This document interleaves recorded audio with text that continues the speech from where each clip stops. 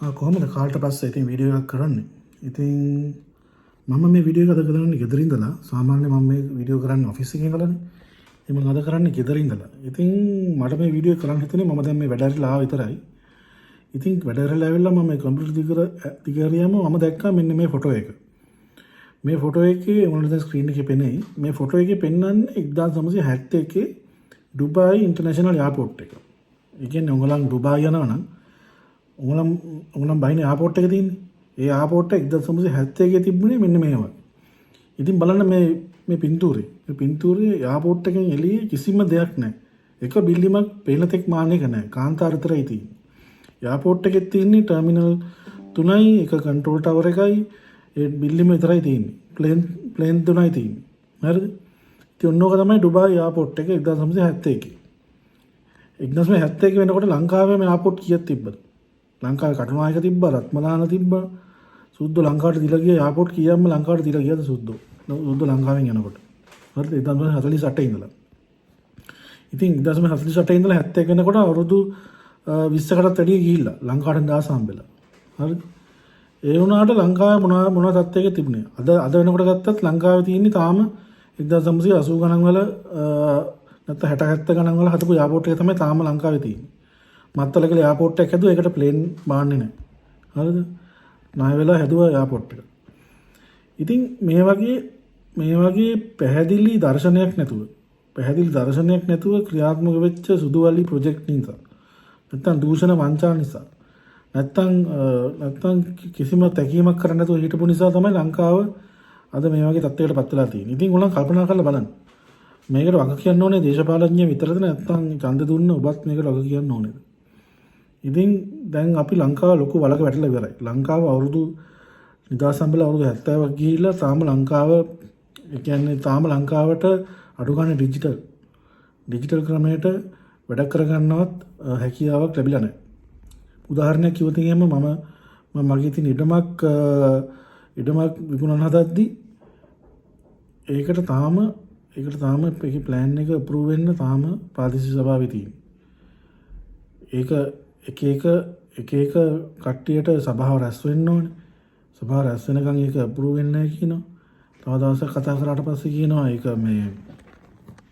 ඒකට අපි සල්ලි ගෙවන්න ඕනේ. මේ අපේ ඉඩම. හරි? අපේ ඉඩම. හොරෙන් ගත්ත ඉඩම නෙමෙයි. ඉතින් මේ විස්තර ඔක්කොම රජයේ සතුව තියෙනවා. ඒ ප්‍රාදේශීය සභාව සතුව තියෙනවා. මොකද ඉඩම අපි පිටින් ගෙනල්ලා දාන්නේ නැහැනේ.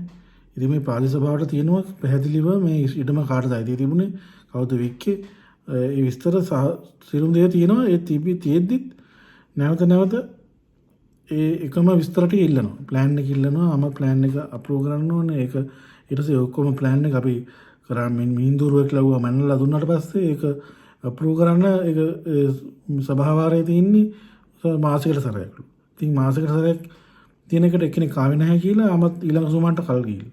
ඉතින් ඔය වගේ රට තමයි ලංකාවේ වෙන්නේ. ඉතින් බලන්න මේ රට ලංකාවයි දුබායි කියන රටයි අතර තියෙන ලොකු වෙනස බලන්න.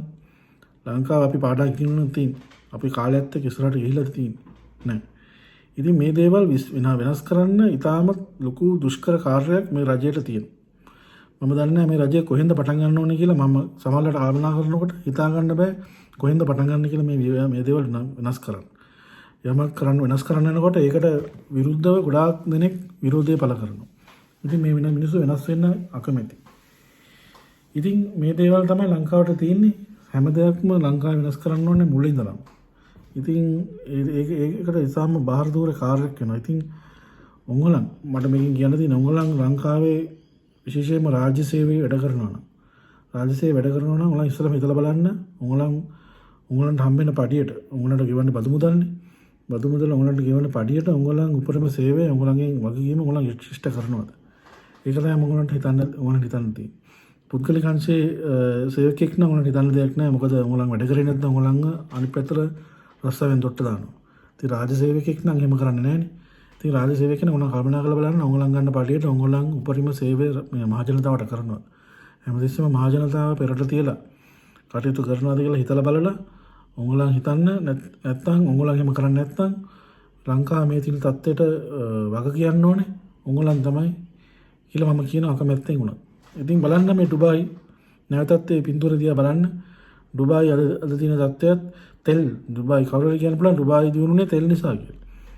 ඔව් ඒකත් එකතකින් ඇත්ත තමයි. නමුත් ලංකාව ඩුබායි වලට වඩා ලංකාවට දහස් ගුණයක් වෙනස් සම්පත් තියෙනවා. අපිට වතුර තියෙනවා. අපිට මිනිරන් තියෙනවා. අපිට මැණික් තියෙනවා. හරිද? අපිට රබර් තියෙනවා. තේ, පොල්, රබර් ඔක්කොම තියෙනවා. හරිද? අපිට සරු පසක් තියෙනවා. රට වටේට මුහුදක් තියෙනවා. මාළු ඉන්නවා. ඉතින් ඩුබායි වලට මේ දේවල් මුකුත් නැහැ. ඩුබායි වල තියෙන තෙල් විතරයි.